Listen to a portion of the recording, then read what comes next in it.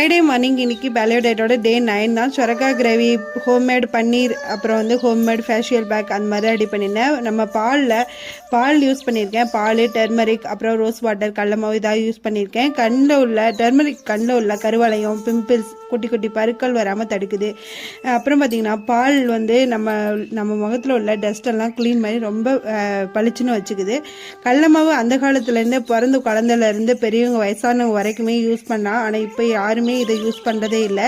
ஸ்ட்ரைட்டாக கடையில் கிடைக்கிற ரெடிமேடு பியூட்டி ப்ராடக்ட்ஸ் வாங்கி யூஸ் பண்ணாங்க. நானும் அது மாதிரி தான் பண்ணிகிட்ருக்கேன். ஆனால் நான் வந்து இன்ன வரைக்குமே ஒரு கடையில் கூட ஃபேஷியல் அந்த மாதிரிலாம் பார்லரே போனதில்லை. 2 டைம் பண்ணியிருக்கேன். ஒன்று ஏஜ் அட்டன் பண்ணப்போ, இன்னொன்று வந்து மேரேஜ் அப்போ பண்ணியிருக்கேன். அது மட்டும் தான் 2 டைம் தான் பண்ணியிருக்கேன்.